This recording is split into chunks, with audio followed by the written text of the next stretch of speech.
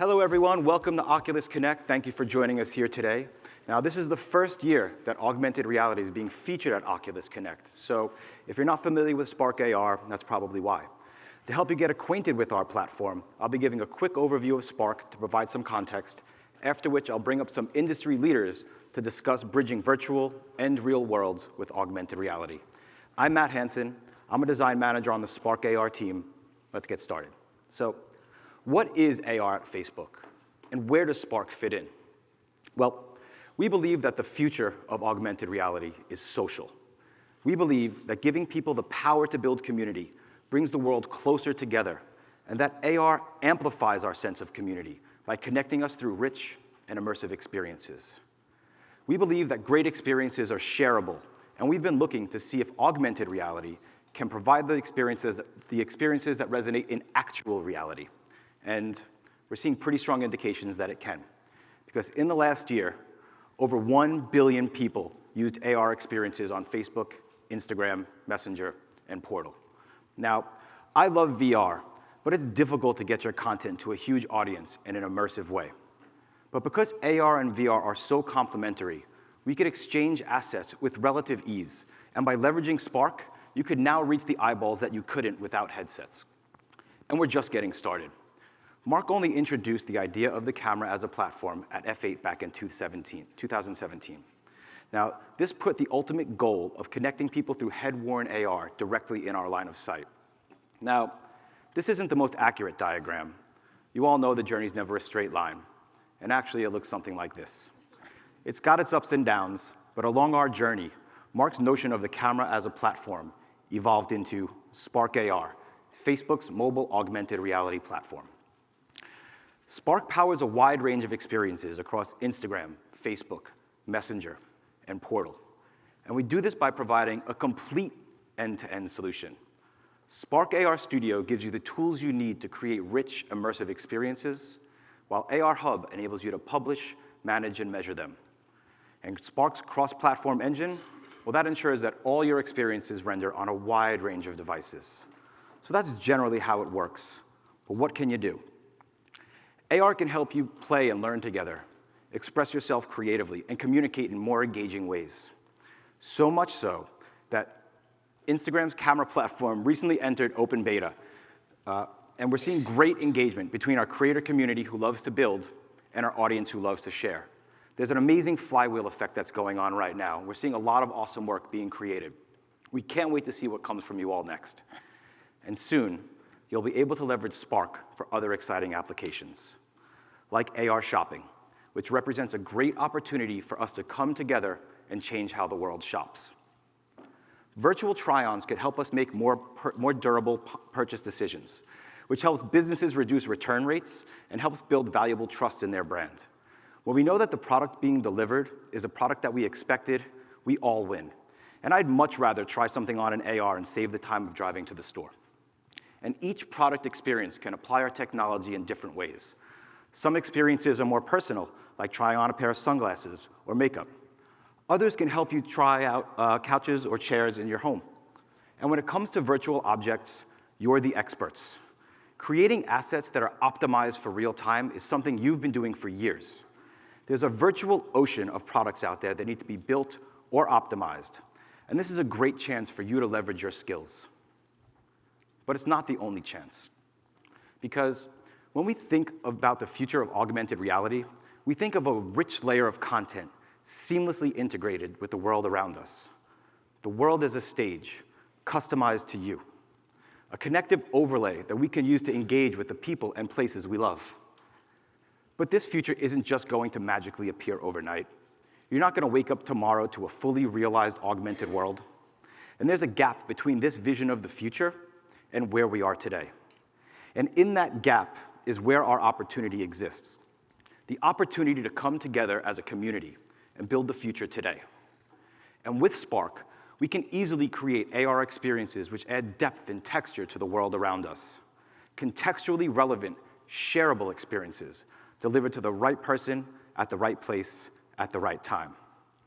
And in turn, we could help people learn more effectively, shop more confidently, and in general, just have more fun. we can deliver on this promise of contextual value and make the world a lot smaller together. Let's start in London, where last month we released an experience at the Tate Britain in collaboration with the Mill. Now, museums are a great place for us to explore how to layer information over the real world. Every work of art has its own untold story waiting to be discovered. Now, my associate Campbell Orme will go into some more depth about this in his session right after mine. But for now, here's a video which speaks to how and why we explored the possibilities.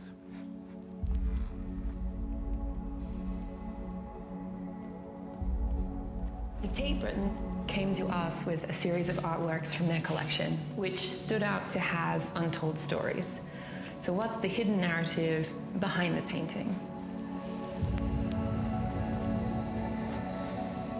We approached these masterpieces with great respect and sensitivity to uncover context about the work itself and the artist behind it. A lot of people hasn't really seen this sort of AR in this kind of space before. It's about exploring layers to the paintings that the user usually wouldn't. Adding a virtual layer of information provides a deeper way to investigate artworks that might not be possible through the work alone or the written description on the wall. I think it's a very good way for a lot of people that aren't very engaged about art to get excited about it through the kick of technology. It can open up a window for a lot of people to how to think about art when in an art gallery or a museum. As the line between reality, cinema, and machine becomes more fluid, the museum experience becomes more and more about the personal relationship one can experience through the artwork.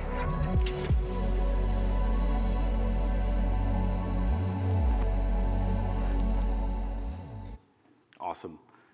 That carnation piece at the end is one of my favorite Spark AR effects of all time. I really love it. So that's our quick intro to Spark, but before we get to our roundtable, I really want to drive these 4 points home. One, over 1 billion people used Spark in the last year to consume an experience. I want to keep saying that number, 1 billion, all caps, exclamation point. If you need help distributing your stuff, Spark is a great way to do it. 2, Spark is the mobile AR platform that powers Instagram, Portal, Messenger, and Facebook. 3, Spark is a complete end-to-end solution. Use AR Studio to build, Hub to deploy, and our cross-platform engine will handle the rest. 4, let's collaborate and build the future together. Community is everything to us, and we're seeing some really amazing effects by engaging with them. Please be a part of that community and join us together. Great. So on to the roundtable. This is Oculus Connect, so most of you are either building or are interested in building a VR experience. During this discussion, we'll talk to some industry experts about how and why they brought their VR experiences to AR with Spark. Starting with Crow, the legend. Based on a Native American tale, this 21-minute VR film by Baobab Studios features a star-studded voice cast featuring John Legend and Oprah Winfrey. When Baobab wanted to give audiences an immersive experience without headsets, they leveraged Spark to find success. Kane Lee, Baobab's head of content, will be up here shortly to share his perspective. DreamWorks also wanted to immerse fans in an immersive experience. In this case, the hidden world from How to Train Your Dragon. So they built a unique VR experience with a companion experience in Spark.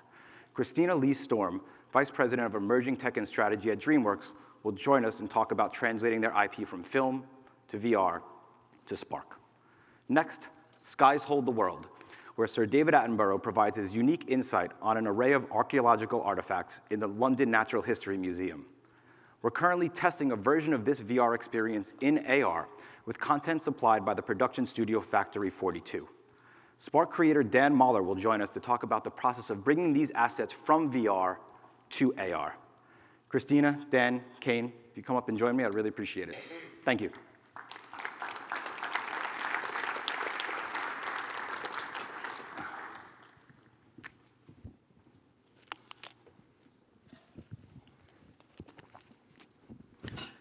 Thank you so much for joining us. I covered a little bit about what we'll be discussing, but I haven't really covered who you guys are. So if you can give the audience a brief introduction, I'd really appreciate it, starting with Christina. Sure. Thank you for having us. It's great being here. I would say that my journey through just content and story began, I was probably sitting in a darkened theater like many of you as a child, and fully captivated by story, by what I was seeing. And that translated into a desire to want to work in film. And I started my career working in creative development for screenplays, and I did that internationally, as well as working in production.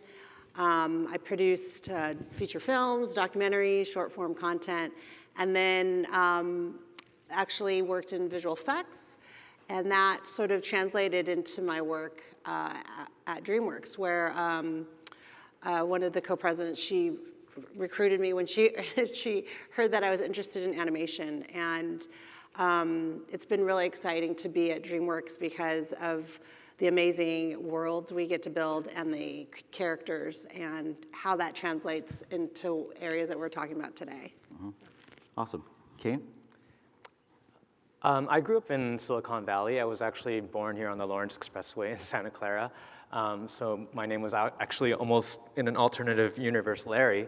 But I actually left Silicon Valley after I graduated from Stanford to pursue content because a lot of the focus here in those early days of my career had been on technology, distribution platforms, things like that. So I went to New York City where there was more of a thriving content sort of community and industry to start out my career. And I started out in animation at Blue Sky Studios, 20th Century Fox Animation. But it's really exciting to me to be back in Silicon Valley because finally, the technological innovation here has actually made Silicon Valley now a place for content creation.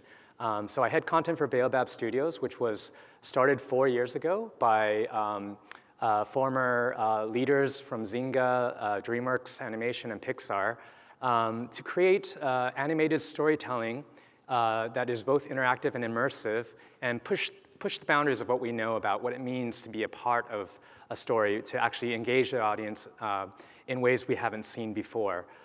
So I'm excited to be back here and talk about how AR has actually become part of our vision. Yeah, cool. Dan? I think just like Christina and Kane, animation's been very much a part of my career history as well, even my childhood. For the longest time I've been obsessed with animation.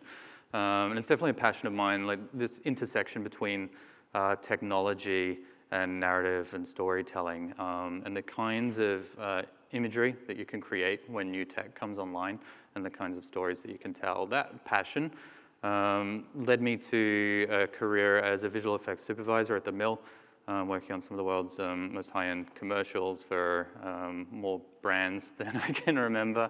And through the Mill, I was also involved in a lot of the creative tech, including AR and VR experiences. That led to Facebook coming knocking, and then I jumped on board with Spark AR. I can see that AR is just such an incredibly exciting space, and there are so many discoveries to be made there. So I've jumped on board. My role with Spark is sort of to act like a proto-creator through my visual effects supervision experience, and as well academia in the past and so on.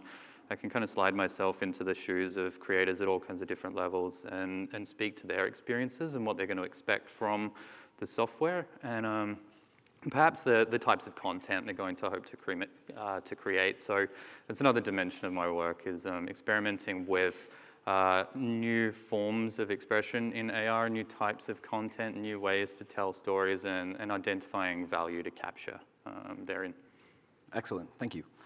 Kane, so we mentioned Crow the Legend earlier. We were talking a little bit off stage about this.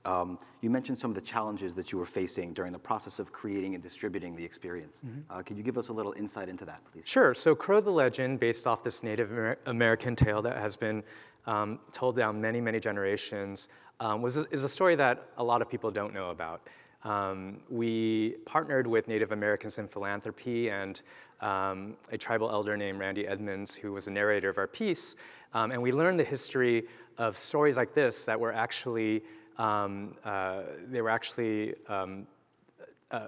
they were actually, people like Randy went to boarding schools where they were not allowed to tell these stories. So they were suppressed, and there's this long history around that.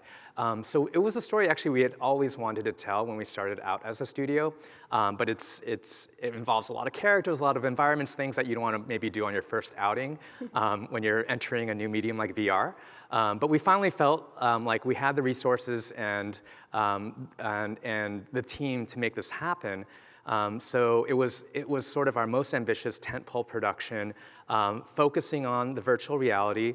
And we decided actually to create a pipeline where we did a 2D version of it as well, because it was very cinematic in scope, and we were thinking a lot about how do we get the audience to actively participate in the VR, but then how do we also get them to enjoy it in a more traditional cinematic way in the 2D. We launched it this past November, Native American Heritage Month, and its success in those areas was undeniable. It had, the highest ratings. It won a lot of awards. The VR and 2D version actually together won 4 Emmy Awards this past spring, the most out of any animated program, and the first ever Annie Award for Best VR. But at the same time, when you look at a platform like Spark AR and you're talking about 1 billion users versus the millions that you can get, and even our 2D version was a worldwide trending video, our team just looked at it less as a challenge and more as an opportunity. How can we extend? How can we support the VR and this piece in a very holistic way? So we were very excited. We created a AR face filter on Spark AR, which we launched on January 1st this year. And we were able to allow audiences to actually become the character of the Crow, which is played by John Legend. And in the VR experience, he actually sings an original song that John wrote for the piece. And so using the AR face filter, the audience's face could become the face of the Crow, and using facial tracking, you're singing along with John or lip syncing to him, however you want to do it. And the response was tremendous, and the millions of uses, and I say uses instead of views because people had to actively participate, really sold us and brought us a whole new audience that we didn't understand earlier could engage with something we had set out to do specifically in VR. Yeah, it's such a great complementary technology. I really enjoy hearing how it's being used and amplifying your message and your story. Christina, with 25 years of DreamWorks characters and franchises, if you could tell me more about how your group, Advanced Creative Technology, spearheads immersive content for AR, VR. Yeah, our group, it's called the Advanced Creative Technology Group. Our goal is to really advance DreamWorks IP, so existing or developing IP into new immersive, emerging content. We like to use the technologies of AR, VR, real-time rendering, virtual production, motion capture. And so the unit, it's a fairly small group, but what's exciting is we're always sort of peeking around the corner. As a lot of you may know, DreamWorks has features. We also have a lot of television shows. We have over like 20 shows in production. And our group is really designed to sort of look and see down the line what's going to happen. How are our audiences as we grow with them? How are they wanting to really interact? And so we had for How to Train Your Dragon this year, we had several different VR pieces, both VR. We did a project in partnership with both Walmart, Positron, HP, and Intel were also our partners on it, and it was more of a location-based thing, and that's where you only get so many people that can see it. We also did another location-based project with iFly, where you're actually flying in a wind tunnel, simulated wind tunnel. How many of you have flown in a simulated wind tunnel? Raise your hand. I love the simulated. Not some of you. But basically, you get to base jump off of Burke, which is part of the land in How to Train Your Dragon. And you're flying, and you're basically racing with Toothless, who's the black dragon. pretty cool. So we also, and we could talk about it some more, but we have Spark AR projects as well for Dragon. And so yeah, we get really excited about sort of pushing new ideas as things are developing. And really, what's great is that there's already named franchises that we get to work with, whether that be How to Train Your Dragon, Kung Fu Panda, Shrek. There's a laundry list of amazing franchises. Yeah, and you guys put so much energy and effort into the development of these characters and their worlds and the aesthetic, and it's great to see this narrative thread being woven through the technology and really helping people to engage with it in a new. I want to try the iFly experience someday. I'm gonna hit you up after we leave about that. Maybe I'll come down to LA. Cool. So Dan, when you were building the Hold Your World experience, how did you think about the types of artifacts that you would convert? And bonus question. How does Sir David Attenborough feel about new immersive technology? I think in terms of the bonus question, obviously Sir David's been in production since the time of black and white televisions. So he's been there to see that tech evolve from black and white to color to HD to VR. And he's seen the impact on technology and the ability to tell a story. So when it comes to VR and immersive, we filmed this interview section with him where we're asking exactly the same question. And he was saying that he's really excited by the concept of pushing out the walls of the museum and democratizing the specimens that you find therein. Not everyone has the privilege of living in a city like London where you have easy access to amazing institutions like the Natural History Museum.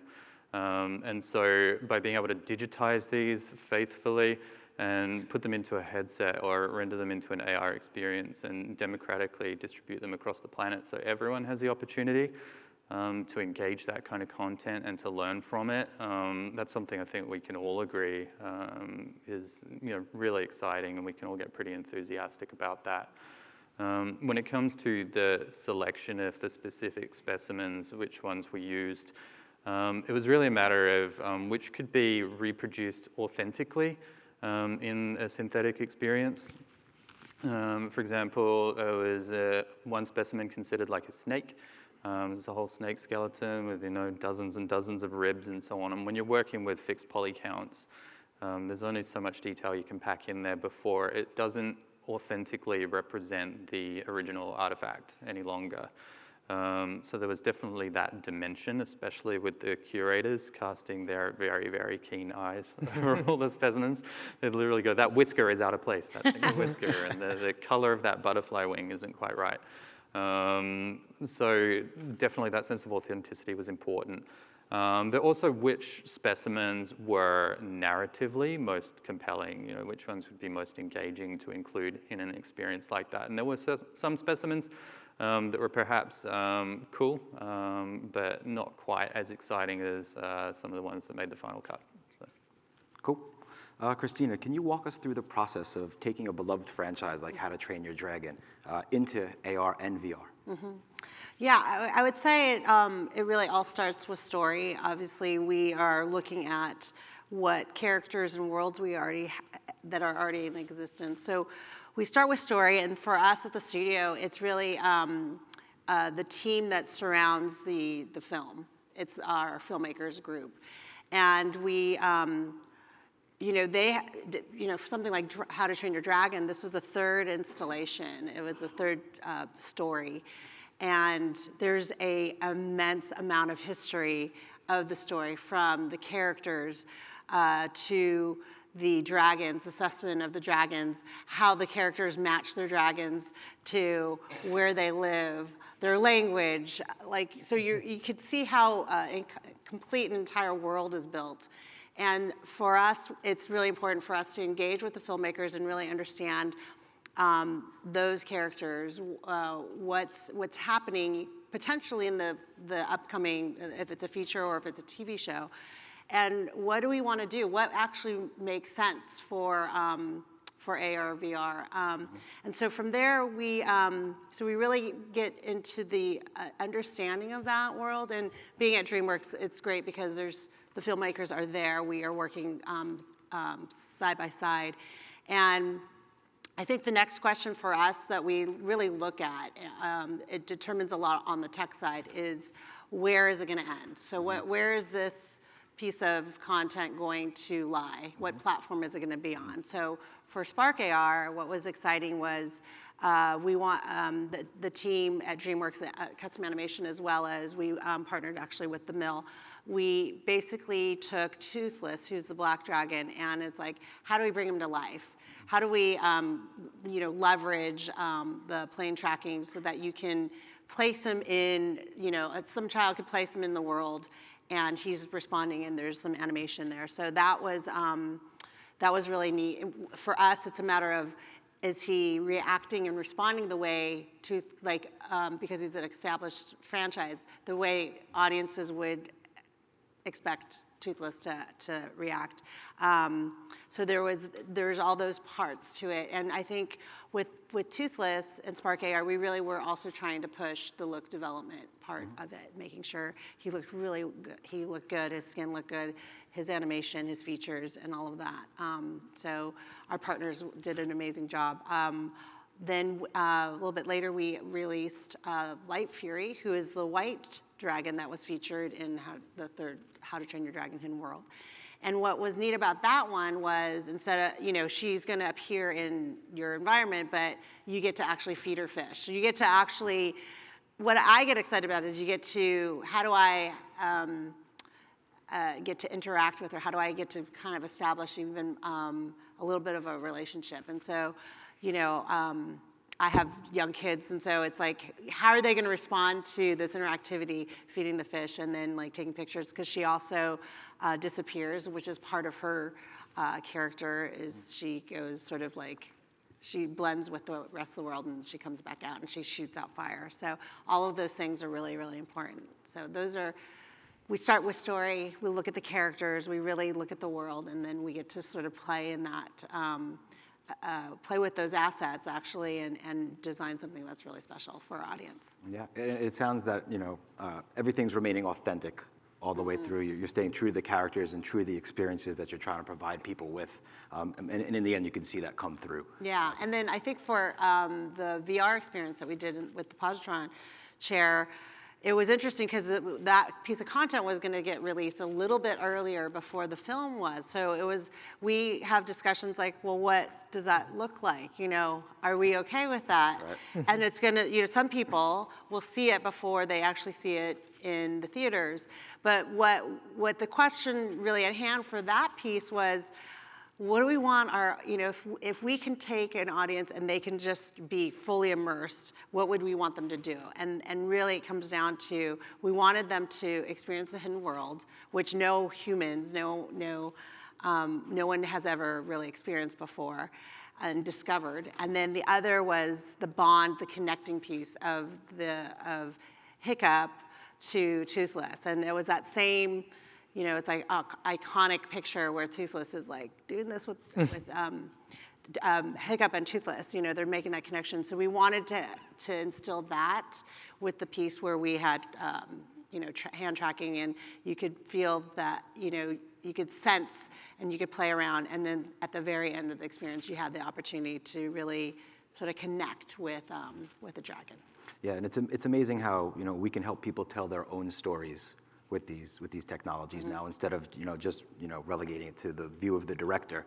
People are becoming the director in and of themselves just by virtue of trying these things out. Yeah. That gets me going. Cool. Hey Dan, you've been collaborating with Factory 42 to convert the assets from the VR experience to Spark effects. How did that conversion go, and how does bringing things from VR to AR affect the authenticity? What do we get out of this? Yeah, two great questions. In terms of the conversion of the assets, because they were already running inside Unity, they were already designed as real-time assets. So there were a lot of considerations there that had already been made, and that meant that sliding them into Spark was actually fairly trivial. There was a little bit of reconfiguration on the formatting of the textures and stuff like that, but really quite straightforward. I was actually kind of shocked. I was expecting more of a struggle, but it just went straight in. In terms of the authenticity, I love the VR experience in that it is, just really, in that sense of the word, it's immersive, and you're right there with Sir David, and he's sitting opposite you and talking to you while you're inspecting this stuff. And it's great to be in this replication of the Natural History Museum and so on. But for me, I found that when you take these assets and you bring them into AR and then you see them in your own space, you know, there's something about that context, seeing it in your own space, that gives it this additional sense of authenticity, that you're not having a synthetic world that you're looking at, it's your own world through the camera lens. But then you have these really great, you know, really well executed little specimens kind of scurrying around across your desk or flying through your room. And yeah, it's really exciting, really great to see that authenticity was a really important piece. Yeah, and this process of bringing something from VR to AR is a lot more streamlined than something like having a full, you know, high poly count film model that's using a pre-rendered version. So, you know, I think, and something that Christina was hitting on a little earlier is like when you have the foresight and you're looking around these corners and you're like, okay, what are the stories that we want to tell? How can we prepare for these stories in advance? That just preps your pipeline and really helps you focus on the creative part of the experience and not like, you know, the nitty gritty, you know, the Decimating of all the... Exactly, yeah. I was like, rigs, decimating, all right, cool. Yeah, cool. Kane, you mentioned excitement around the VR experience from all your partners. What was it like when you were able to get the experience into the world with Spark and the effect that you were able to see as this kind of like spread throughout the universe? Yeah, I mean, you know, our VR piece was about community and sacrifice in a very deeply emotionally engaging, interactive virtual reality experience. So that was about community and sacrifice, and in a way, I feel like our AR face filter was about celebration. You know, we were able to take the song. So one of the top sort of requests we would get from audiences who did have headsets and did see the VR was how do we hear more of this new John Legend song? And you know, it was very serendipitous that we had started to plan the face filter around being able to engage with the song and actually sing the song with John. But you know, getting that early feedback, we were actually able to, because Spark AR is very user-friendly, we were able in a very short amount of time be able to support the VR you know, in a high-quality way at scale. So there was a bit of serendipity in the timing of that. We launched it in the middle of November, and then we launched our AR face filter, I think January 1st of this year. And in that first week alone, we got millions of uses. So for us and our partners, it was sort of a no-brainer. We knew that everyone loved the song. It was used in context in the piece, but you couldn't actually become the character of the crow that people began to fall in love with and sing the song with them. So it was just another way to really bring out a sense of delight in what we were doing with the VR and complement it and support it in a way that was just, you know, hugely scalable, but also engaging to a community that we wouldn't have access to otherwise. Yeah, and that must have been amazing to see like the people enjoying that. Like, you put this out as a 2D piece of content, and you could see the views, and you could see people comment on it, and that's great. But with the face effect, you could actually see people engaging with the content and singing along, and it's like I mean, it's a great compliment because you know, with VR, you get a lot of satisfaction when you're putting someone in a headset and you're watching them and you're watching what they're watching. But it's a very one-on-one kind of thing. But then to be able to see people share videos and actually see the content that you create interacting with people in real life in a way that's highly shareable is, you know, it makes a lot of sense. Yeah, it's a totally new form of engagement. Cool. Dan, as someone with a ton of firsthand Spark experience, how could our audience leverage Spark in the future? And what did you learn through your efforts? I think to perhaps extend what you were talking about before, you know, this sense of being able to translate your assets really easily is definitely something not to be sneezed at, that you've already got these assets there that you've built for VR. And being able to really easily slide those over into both AR and VR is really a trivial process. I think in terms of what I learned going through this process, previously working on high-end visual effects, as you were saying, when you're working with this photoreal stuff with super high poly counts and you're talking about your render time per frame in hours rather than milliseconds, there was this period where VR was starting to really kick off a few years back, and you'd be working with clients on these massive, multi-million dollar, multi-million pound campaigns. You'd be getting towards the end of it, and they'd be like, hey, this is really cool. We'd like to push this further. Can we just do the old switcheroo with these assets and just bash them into VR? And you'd be like, no, that's not going to work. We've got to completely reconfigure that. We need to have planned for that from the very beginning. But when it comes to AR and VR, they're very much siblings. They live side by side, and that transition from AR to VR, or indeed VR to AR, is much more readily at hand and certainly much more achievable. So you can almost tell your clients, yeah, flick me $10 and I'll sort it out for you. Cool. Kane, Baobab is a pioneer in VR storytelling. I've really enjoyed Crow, Asteroids, Bonfire, and Jack. Has your experience with Spark changed your strategic approach at all? And if so, can you share with the audience? I wouldn't say it's changed it. It's actually just broadened it in a way, in a very exciting way. So our mission as a studio has always been the same since day one, which is to inspire people to dream by bringing out their sense of wonder, by making them matter, by making you, the audience, matter in our stories. And that's something that we had always felt very strongly that you can achieve in VR. So in our very first experience, there weren't hand controllers, but we put you inside the body of a bunny rabbit sitting in the middle of a frozen lake, meeting another bunny rabbit as a spaceship invades the planet, and we saw people respond and react in ways we hadn't before.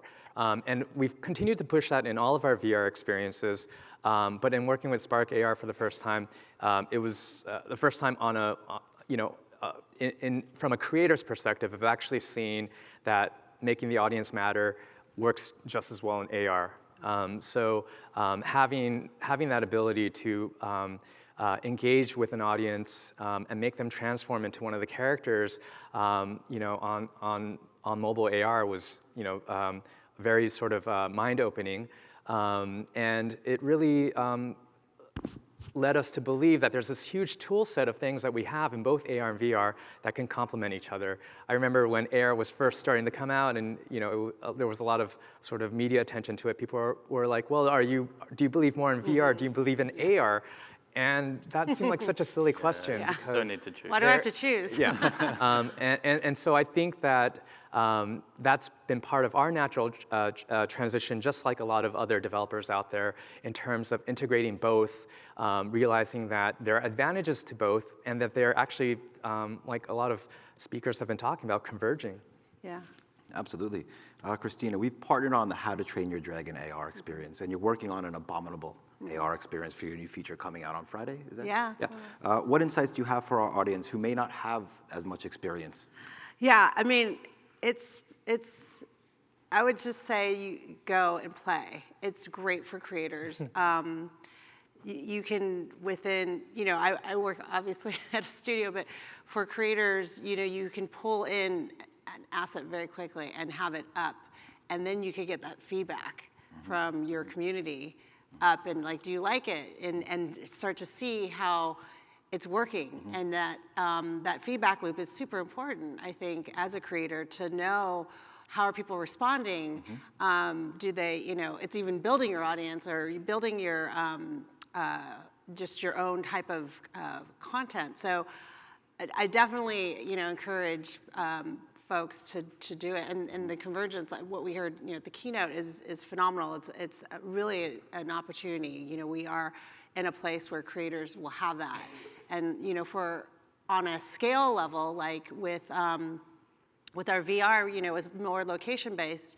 With the Spark AR, Toothless, and Light Fury, it got to go out so wide, so many people sharing it, posting it. It was on our DreamWorks Facebook hub, and same thing with Abominable, which is our new film. It's a white, cute, furry Yeti, really cute movie. And what's neat about that is that you get to see in what's being posted on Facebook, you get to see him sort of hum, and that's part of his magic.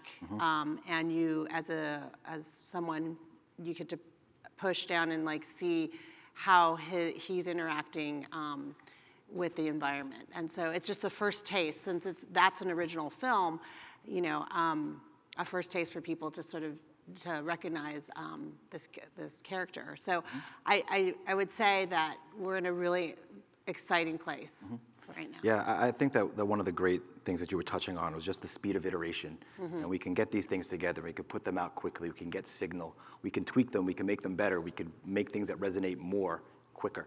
I know Dan's probably experienced this a lot through his experimentation as a Spark creator, you know, being pretty prolific and reaching massive audiences, and I just love to hear that from you all as well. So we've talked a little bit about, you know, specifics, but I want to talk a little bit in general as part of our last bit. I want to ask you all directly, what excites you most about AR, just like point blank directly, and maybe starting with Dan. I think being a massive nerd, like I'm really excited by tech, and as I was saying at the start, you know, the creative storytelling opportunities that open up when new tech comes online. So I'm really keen to see what the future holds in terms of like head-mounted wearables and what kind of interaction patterns and storytelling opportunities emerge there.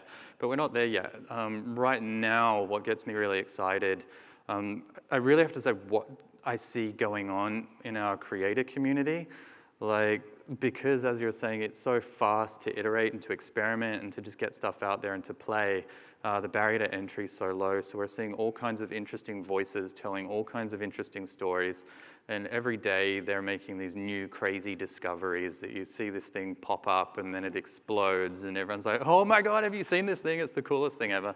I find that really exciting. I get a huge buzz out of the community and what's going on there. Because even that would like inspire someone else, like, wait, oh, that's cool, and then... Yeah, we're seeing this ratcheting of these discoveries leveraging off each other. Yeah. There's something you've seen recently that really resonated where you're like, I never thought of that. That is really awesome. Yeah, like probably the most recent significant thing I saw was an effect put out by the filmmaker David O'Reilly. I think it's called It's Always You, I think it is. And it's this longer form experience where for the first time we saw a creator really kind of grab hold of the camera and take control of it and use it in this cinematic way while still being an AR experience. Yeah, I think that really resonated for that reason, that it was a different, new piece of experimentation. And the first time I saw that, I was actually just walking by a random stranger, and they were trying it out. And I was like, wait, what? Where'd I... And I was like, just cycling through and finding it. Christina, maybe you could... Yeah, I mean, what I get excited about is there is no end to the possibilities right now. The tools are, you know, that we have now, we're just starting off. That's really great. And then the reach is amazing. But I think for me, what I really get excited about is the idea of like, what is storytelling going to look like with AR? And I'm going to say a blend with AR, VR. But, you know, and what does that look like? You know, how are we going to, from the points of not just the story, but the social, there's going to be a social aspect, there's going to be a interactive aspect to it. So I'm excited to see what lots of other people are going to be making, what we're going to be making. And it's just the beginning. It's literally, I feel like, we were kind of talking about this before, I'm like, we all need to up our game because we have like so much potential to create things that we don't even know what those are. And so I think that's what's exciting about everyone who's here and what we're trying to do and what we, you know, we're gonna look back and be like, oh wow, that was like that was the beginning. Yep, You know? yep. I'm super excited by the idea of AR pushing our idea of what a shared, you know, storytelling experience is. I think all the practical applications are great. I think, you know, all the great announcements we're hearing today are just stunning. But the idea of being able to combine like what I've been very focusing on in VR lately, which is like interactive storytelling inside a completely immersive experience, but being able to share that with a lot of people simultaneously and interactively, being able to have that level of immersion, but also have that feeling of participation and community that you have at a football game, at a music concert, or on opening night of the film you've been waiting to watch. So to be able to put that together, I think we all have kind of a sense of what that might be, but we're not quite sure, and that unknowableness, unknowing of what that is the excitement that I think we're all on stage talking about today. Absolutely, that's where the greatness comes from, is just the exploration and the creativity. We're running out of time here, so I want to take a chance to thank you all. Really enjoyed this session. I wish I could extend it another 45 minutes, but the people who are talking on stage next might get a little upset. Please check out Campbell's Tech Talk. It's in the demo hall right after this, and Dan has a workshop session right after that. You can catch us at the Speaker Pavilion at 3 o'clock if you have any questions. Thank you all so much for joining, and I'll see you again next year. Thank you.